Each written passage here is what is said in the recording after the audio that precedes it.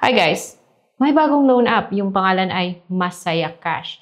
At madadownload po siya sa Google Play Store ha. Under po siya sa kay Snap Cash Lending Incorporated, which na-check ko sa SEC, nakalista po si Snap Cash. That doesn't mean na okay siya. Kasalukuyan ay may 3.4 stars pa lang.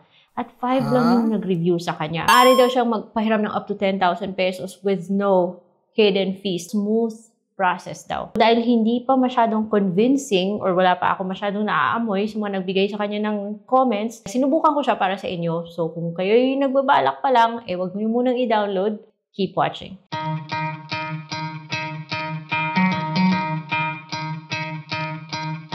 It's Atherend here, your original utang queen. And today, isa na namang loan app na nasa Google Play Store yung pasilip ko sa inyo. Kahit na guys na itong si Snapcash nakalista po sa list of recorded online lending platforms na nung February 2025 lang na update, that doesn't mean na bagay siya sa inyo. Kaya sinubukan ko and at the end of this video, you decide kung okay siya o hindi. At kung bago pa kayo dito sa channel, please subscribe and hit that bell notification button.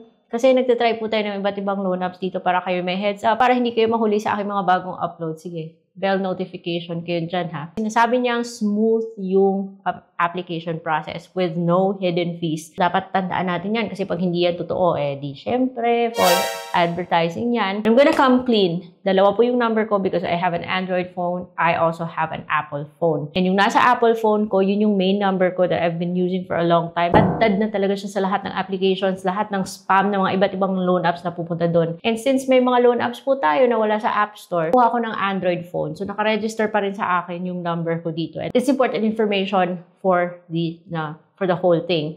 90 to 180 days daw. Mungad ng mga permissions na hihingi niya sa'yo.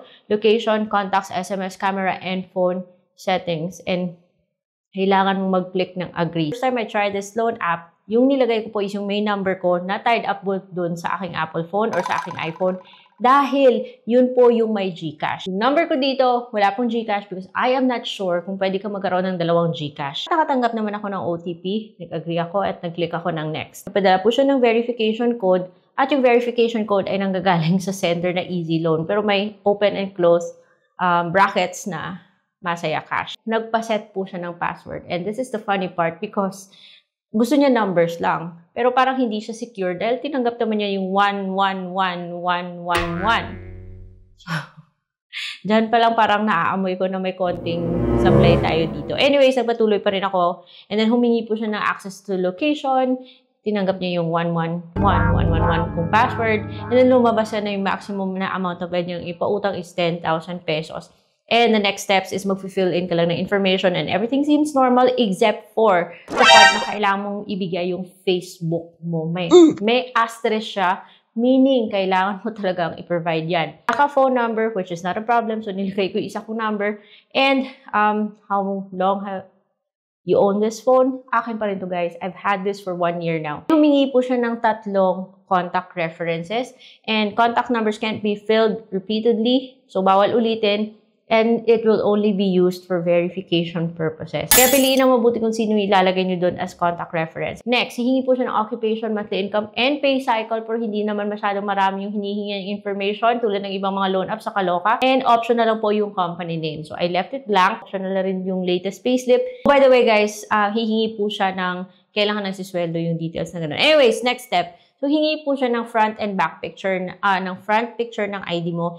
And yung mga types of ID na tinatanggap nyo is SSS, UMID, passport, driver's license, PhilSys, and yun lang. Picturean mo po yung PhilSys mo and dapat walang glare, dapat nakikita nyo yung lahat ng information kasi part yan yung verification process. And then mag-upload ka ng selfie which is kind of tricky. I don't know kung sa interface lang nila but anyway, I was able to do that. Medyo mahirap lang. And then ilalagay mo po yung ID number mo, yung first name, yung middle name, and your last name. Click mo lang yung next step.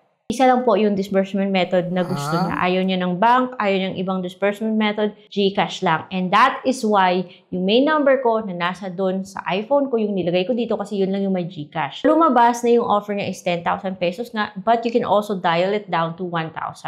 And you can see, sabi niya service fee daw is 450. Na kung totoo to, okay na rin to compared sa iba. Yung questionable na lang dyan is kung kailan mo siya babayaran kasi lumalabas dito 1 month siya pero hindi natin alam yan hanggang sa dumating tayo sa dulo. Anyway, kailangan mong ibabayad yung disbursement account mo which is GCash lang po. So, ayaw niya ng iba, ayaw niya ng Maya, ayaw niya ng bank. GCash lang po talaga yung tatanggapin niya. Confirm loan. So, yan lumalabas daw. Pinakita pa niya na meron siyang installment. Kaya parang yun lang, yung service fee lang bale, yung 450 lang kunyari yung kakaltas niya. So, sayang kapag hindi ka ma-approve. Sayang kung totoo to kasi, diba, mukhang okay na rin yung ganun, diba? Kasi sabi niya 90 days. Yung nangyari is, pag-click ko ng agree and continue, submitted successfully na daw, and 24 hours yung hihintayin, pero kaagad ko naman nalaman na sinasabi niya dito disbursing. So, medyo nakakalito yung ganitong part kasi sinasabi niyang disbursing. However, yung disbursing pala is failed. At good thing na wala namang pumasok sa GCash. Pag sinabi niyang failed. Yun nga lang nakakalito yung term niya. Kasi bakit niya sasabihin disburse kung hindi naman pala ma-approve. Sana iba yung term niya. Now, yung first conclusion ko is that baka kasi na-detect niya na yung number na ginagamit ko is iba kaysa sa number na andito. Eh, anong magagawa ko? Eh, yun lang naman yung meron ako, yung may GCash ako. Nag-decide ako, guys, na magpa-delete ng account kasi meron po siyang delete account na delete na option dito, which I think totoo naman na di-delete kasi pagkatapos kong i-delete yung account ko, nagamit yung main phone number ko, nag-apply ulit ako, guys, gamit yung phone number ko na nasa cellphone na to. At in-enter ko po yung the same details. Parehas na yun. So, parang tinanggap naman niya, parang bago siyang account. Siguro nagdi-delete nga siya. Anyway, so pagkatapos noon, napunta ako dun sa part na lumabas yung kanyang offer na 10,000. Mukhang maganda sana kung ganito, kasi yung baba lang ng service fee niya, hindi siya tulad sa iba na, pero guys, again, offer lang yan. Subject to change pa yan, depende sa final assessment. Yung nilagay kong GCash is yung main number ko. At once again, it's failed. So, ewan ko kung ano yung gusto ng loan app na to. I tried to give them the information na the best that I can. Na-approve nga ako sa mga loan apps na super legit. Bakit hindi ako ma-approve dito? At kung kayo magta-try, depende na yun sa inyo. Siguro magpapasalamat ako dito kay Masaya Cash. Kasi dito ko nalaman, nung nag-create ako ng GCash, gamit yung phone, parang may iba nang gumagamit ng number na to. Nakakatakot, guys, kasi nag-register ako sa GCash, nilagay ko yung number, kaagad siyang, pagkatapos ng OTP, humingi po siya ng MPIN. Try ako magpa-reset. For some reason, ayaw. So, nakakatakot, guys. Kaya lagi kong sinasabi na dapat nag-iingat tayo kung saan natin sinasabit yung ating mga personal information. Kasi, or baka ako lang to kasi ang dami-dami ko ng mga online loan platforms na nasubukan. So, pero ito, word of advice lang po talaga. Please be careful. Yung number ko, hindi ako na-approve. And then dito, sa other number ko, which is still mine, verified under me, hindi rin ako na-approve.